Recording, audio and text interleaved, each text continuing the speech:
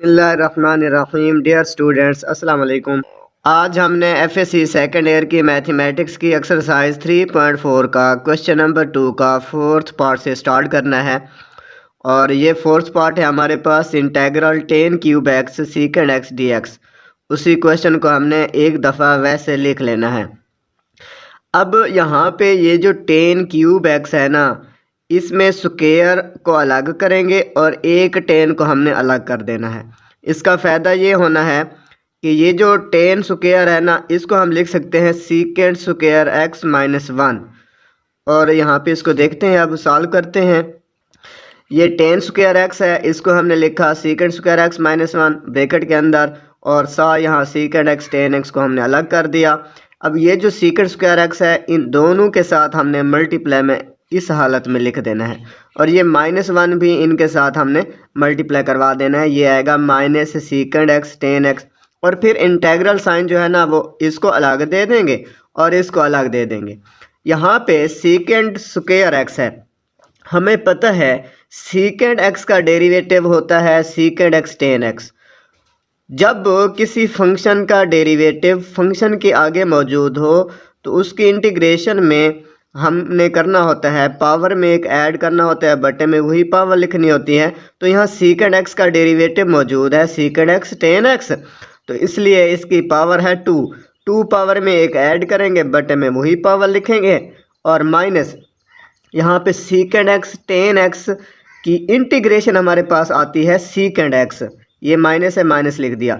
सीकेंड x का derivative होता है सीकेंड एक्स टेन एक्स। जैसे यहाँ मैंने कहा था कि सीकेंड एक्स का डेरिवेटिव क्या होता है सीकेंड एक्स टेन एक्स, तो सीकेंड एक्स का आगे फंक्शन सीकेंड एक्स फंक्शन है, इसका आगे डेरिवेटिव मौजूद है, इसलिए टू में एक ऐड किया पावर में, बटे में वही पावर लिखी है। यहाँ पे सीकेंड एक्स टेन एक्स ओनली है, तो इसकी इंटीग्रेशन क्या आएगी सीकेंड एक्स का डेरिवेटिव ये होता है और इसकी इंटीग्रेशन ये होती है, आगे प्लस सी करके, और ये हमारा आंसर है। फिफ्थ वाला पार्ट है हमारे पास integral x cube e raise to power 5x dx। इसमें हमारे पास दो फंक्शन है, एक एक्स क्यूब वाला फंक्शन है और एक ई रेज टू पावर 5x हमारे पास फंक्शन है। यहाँ पे हमने ऐसा करना है कि ये जो x वाला फंक्शन है ना, इसको हमने फर्स्ट फंक्शन कहना है और ई रेज टू पावर 5x को हमने सेकंड फंक्शन कहना है।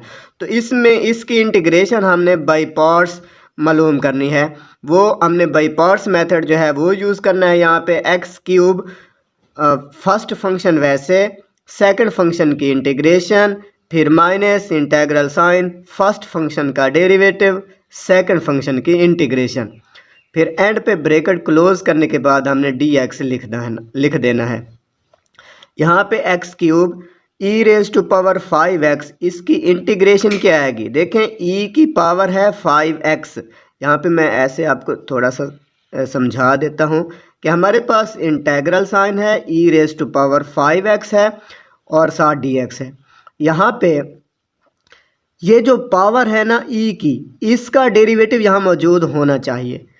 देखिए यहाँ पे ई रेज टू पावर 5x, ताकत जो है पावर जो है वो 5x है, 5x का डेरिवेटिव 5 ही आता है ना x के लिहाज से, तो 5 यहाँ पे होना चाहिए।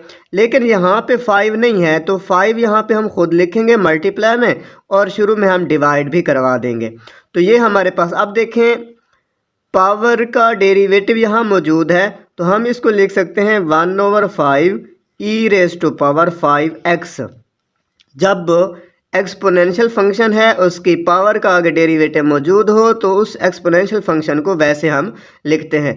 यहाँ पे चूँकि 5x का डेरिवेटिव 5 है, 5 नहीं था, इसलिए शुरू में हमने 1/5 लिखा, तो मैंने यहाँ पे डायरेक्ट लिख दिया है 1/5 ये वाला ई रेज टू पावर 5x।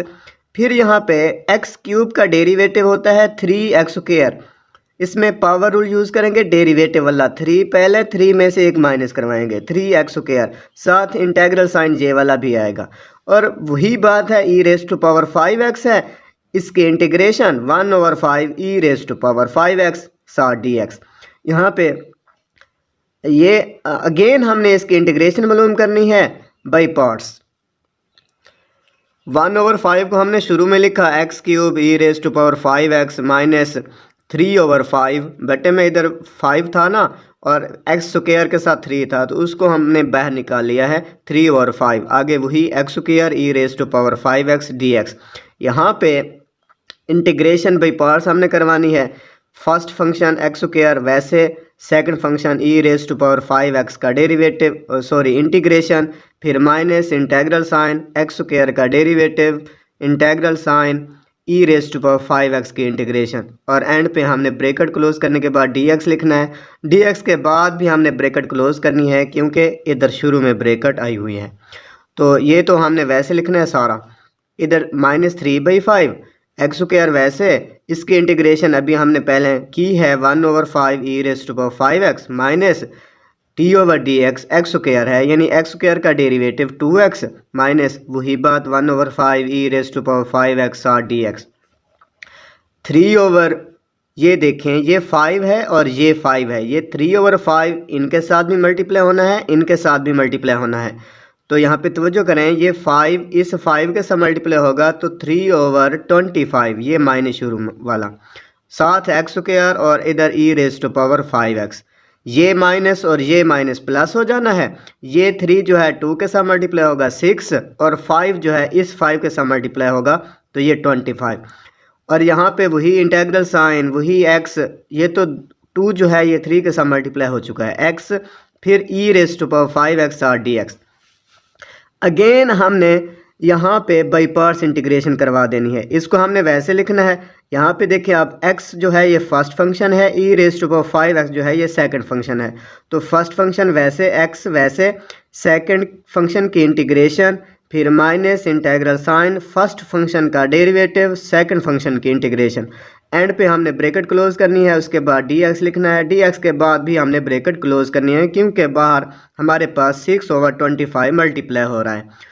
तो ये वैसे 6/25, साथ ब्रैकेट भी वैसे, और x यहाँ पे इसकी इंटीग्रेशन वही 1/5 e⁻5x माइनस इंटेग्रल साइन। अब यहाँ पे देखें x का डेरिवेटिव क्या आता है, x के लिहाज से 1, तो वो 1 लिख दिया।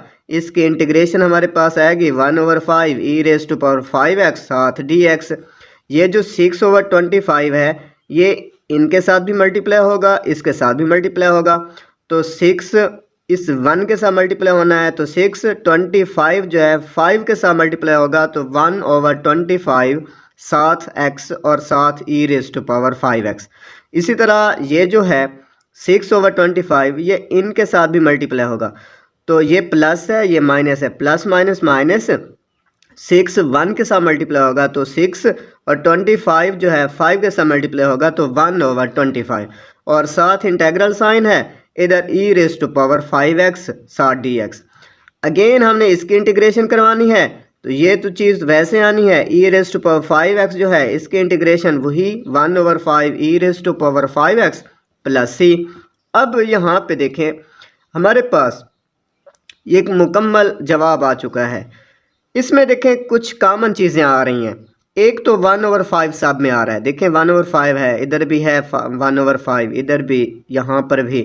तो दूसरी चीज़ है e⁻5x सब में आ रहा है, तो ये चीज़ हम कॉमन लेंगे। जब कॉमन लेंगे तो इधर हमारे पास क्या रिमेन होगा, x3, और यहाँ से देखें 3 तो रिमेन होगा, लेकिन यहाँ 25 है, नीचे 5 हमने कॉमन लिया तो यहाँ पे ओनली 5 आएगा, ये चीज़ बाहर आ गई कॉमन। यहाँ पे हमारे पास रिमेन है x² प्लस 6/25, क्योंकि 125 है ना, हमने बाहर निकाला है 5, तो इसको 5 पे डिवाइड करवाएंगे तो 25 साथ x, क्योंकि e⁻x जो है ये कॉमन आ चुका है, माइनस। इसी तरह यहाँ पर 6/25 लिखना है, 1/5 e⁻5x चूँकि कॉमन आ चुका है तो ओनली हमारे पास आएगा 6/125। एंड पे ब्रैकेट क्लोज करने के बाद प्लस c लिखना है, और ये ही हमारे पास आंसर है। आई होप कि आपको इन 2 पार्ट्स की अच्छी तरह से समझ आ गई होगी। वीडियो अगर अच्छी लगी है तो लाइक कीजिए, दोस्तों के साथ ज़रूर शेयर कीजिए, और अगर आप हमारे यूट्यूब चैनल पे न्यू हैं तो प्लीज़ सब्सक्राइब करना मत भूलिएगा। थैंक यू, अल्लाह हाफिज़।